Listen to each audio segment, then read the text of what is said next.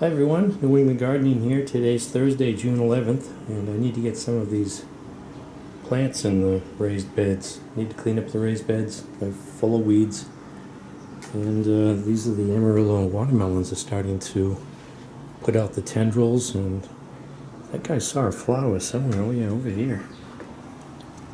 So I don't know if this is a pollinator or one of the Amarillo watermelons itself. This guy here has, I think he's got some type of aphids going on. Yeah, I don't know what they do, inject something into the leaves. They make these aphids really stress the leaves here, like they inject something and then they all start to deform. I don't know if, what do they have, a poison associated with them or something? But yeah, I want to get some of these tomato plants in. The raised beds are already filled with weeds. It's going to be, I don't know if it already is 90 degrees. It's hot and humid today. I'm going to have a couple of days of hot, humid weather before humidity drops again and you get some cooler temperatures. Funny story, I came in through this lean-to a couple of weeks ago, watered the blueberry bushes, and I was maybe out there for 15 minutes, and I'm sure as soon as I went out, the critter didn't get in here, but the door was, the wind was slamming the door, opening and closing it. When I framed in the doorway, it's too tight, so when it gets hot and humid it warps and the door doesn't close freely. You have to force it, so the wind was banging the door against the frame.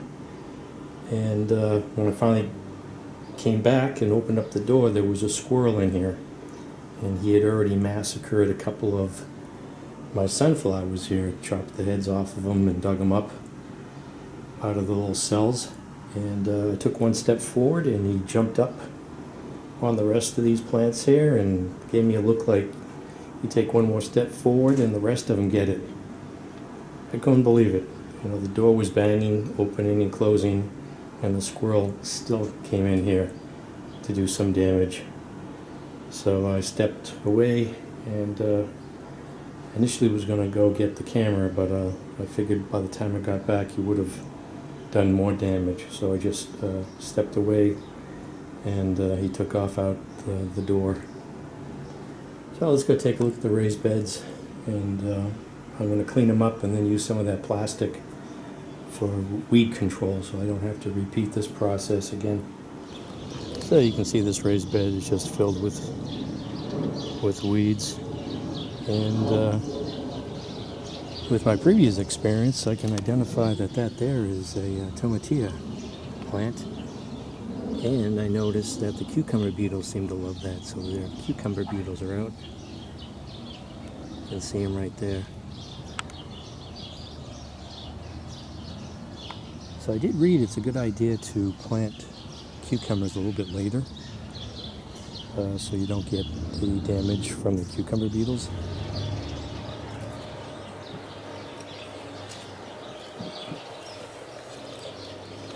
This soil is so dry. It even poured out the other day. It's not retaining water. Put some peat into the soil here.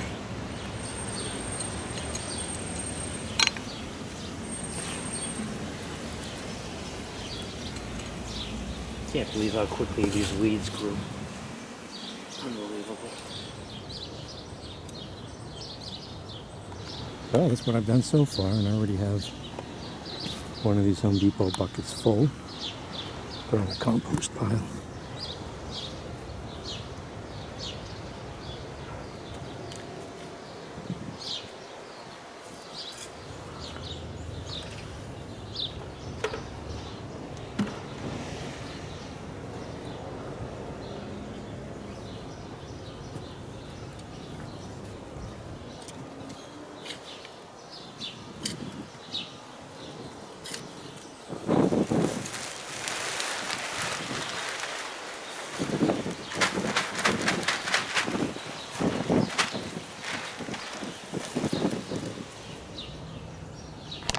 I'm going to put some garden lime in too. This says if you want a pH of 6.0, 3.5 pounds or 5 cups per 100 square feet. So that's like a 4 by 8 raised bed. And I'll put a couple of handfuls in.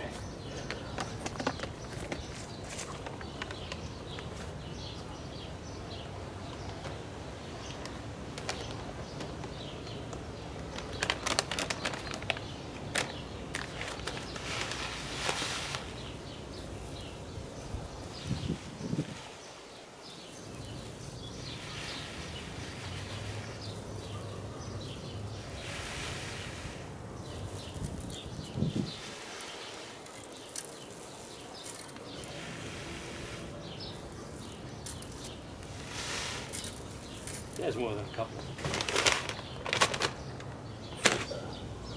So that's what it looks like now. And I want to put this metallic mulch down. And I found some volunteer plants in here and some that I had put in purposefully from other volunteers. They've been in a while. I think I still might dig them up again and replant them into holes I'm making this mulch. This is the German thyme.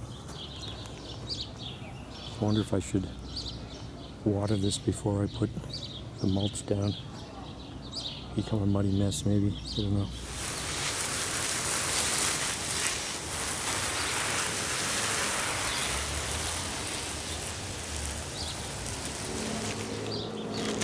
It does have a black side too, so you can reverse it. This is 4 feet by 50 feet.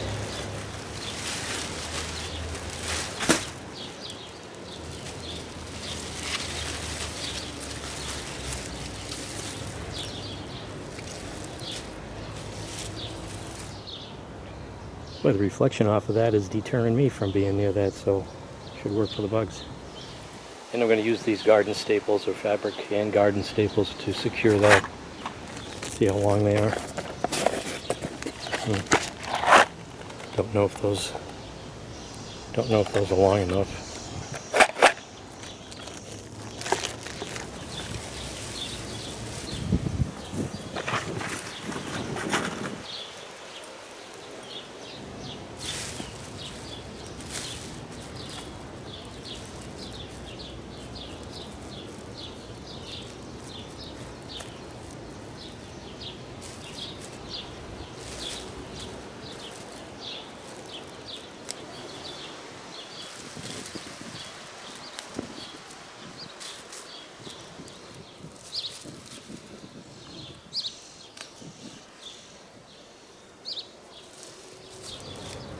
I wonder if the planes can see that when they come over. Pretty reflective. Let me put those plants back in.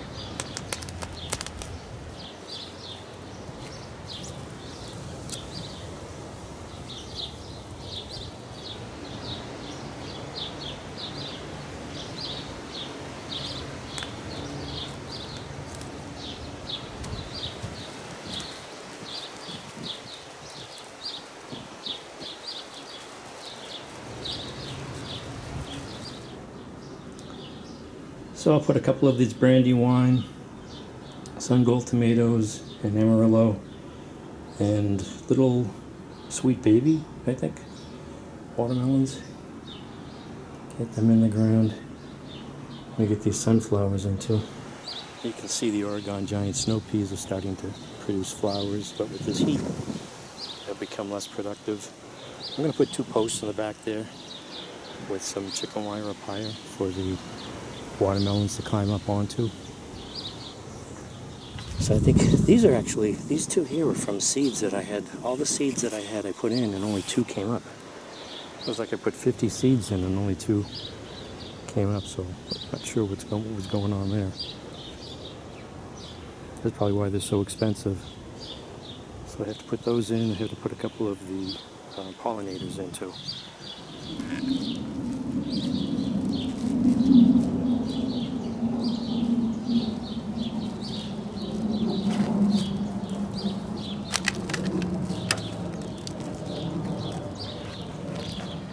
Some nice roots on here.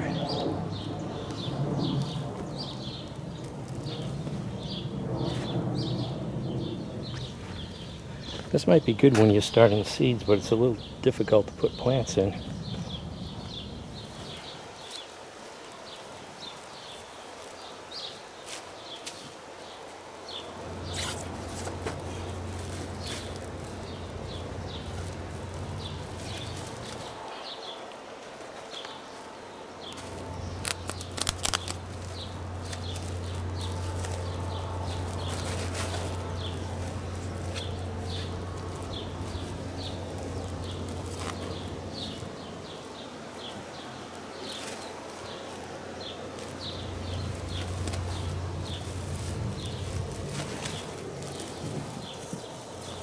And reminding myself how big indeterminate tomatoes get, because I keep on planting them too close together.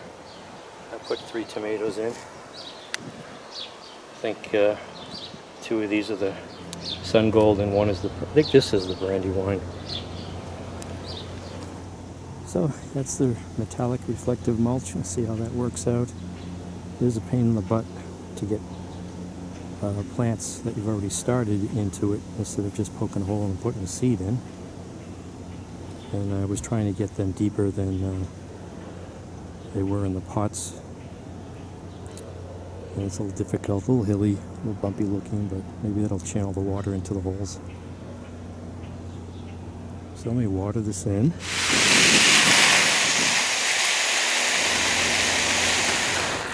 The watering can's a lot better for this. So this is New England Gardening. Thanks for watching. And this is what it looks like from above.